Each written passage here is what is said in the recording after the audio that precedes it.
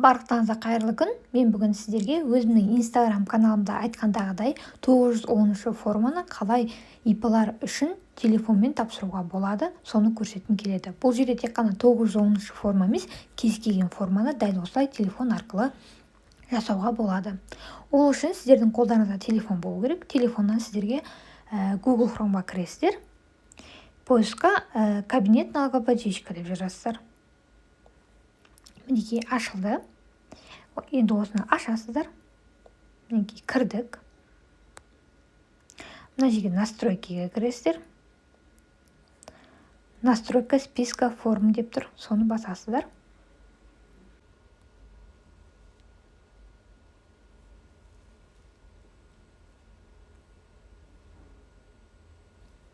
Мінекей мына жерде 2024 жылды таңдаймыз. Мына жерде 910 форманы таңдаймыз.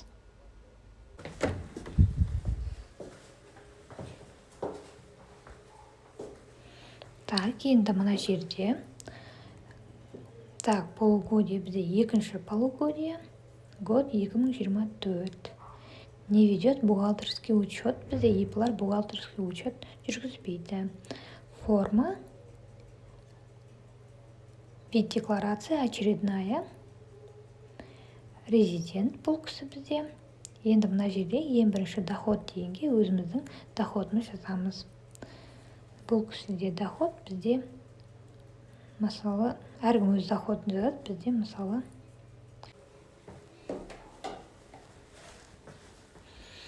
барлық доход бізге безналичный формана келді, сондықтан астына осы сумманы қайталап жазамыз.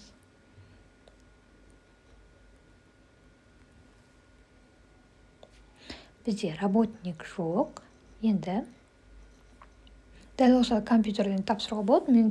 Біздің көп адамдарда қолдарында компьютер болмайды да, мен оларға телефонмен қалай тапсыруға болады, соны көрсеткім келіп жатыр.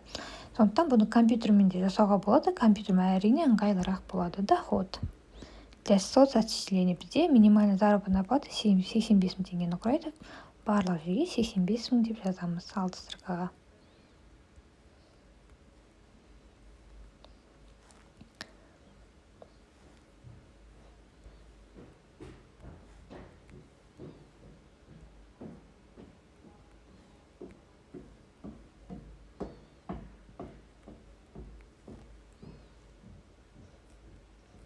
Мінекей бірінші бетті толтырдық.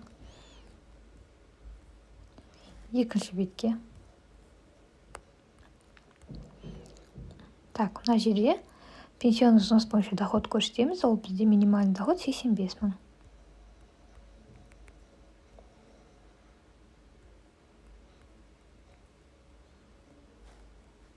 Мінекей.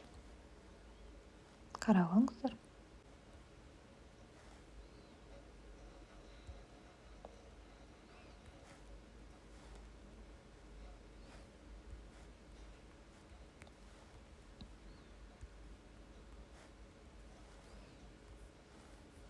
Енді мына жерде сумма обязательно пенсионный взнос работодателя. Бізде 2025-тен бастап бұл платеж бар.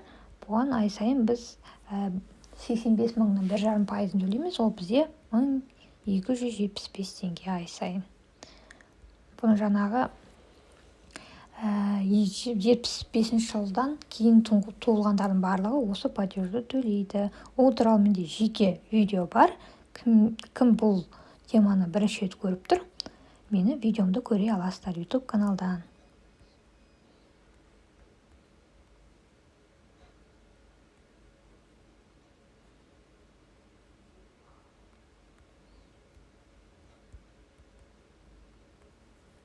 Мына жерде медстрахование біз білеміз. Барлығына бірдей 5950 теңге. Плюсты жай ғана бассақ, бізде барлық.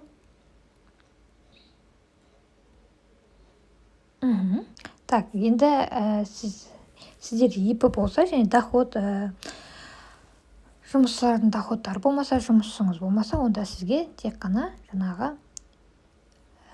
салық органы белгілеу ғана қалды. 4-ші страницаға келесіздер, мінекей. 4-ші страницаға келесіздерге мына жерде IP-ның местонахождениесі, яғни IP қай жерде сіздерде регистрация тұр, соны белгілейсіздер. Мінекей. Енді мына жерде отправить в угода дегенді басасыздар, толтырып болғаннан кейін. Қазір бір жерде қате немесе бір жерде толтырып ұмытып кетсеңіздер, астында сіздерге қызылмен шақыратын болады. Мінекей, отправить дегенді бастым. Так, менде қате жоқ. Сондықтан отправить форму деп сұрап жатыр. Мен окей дегенді басам.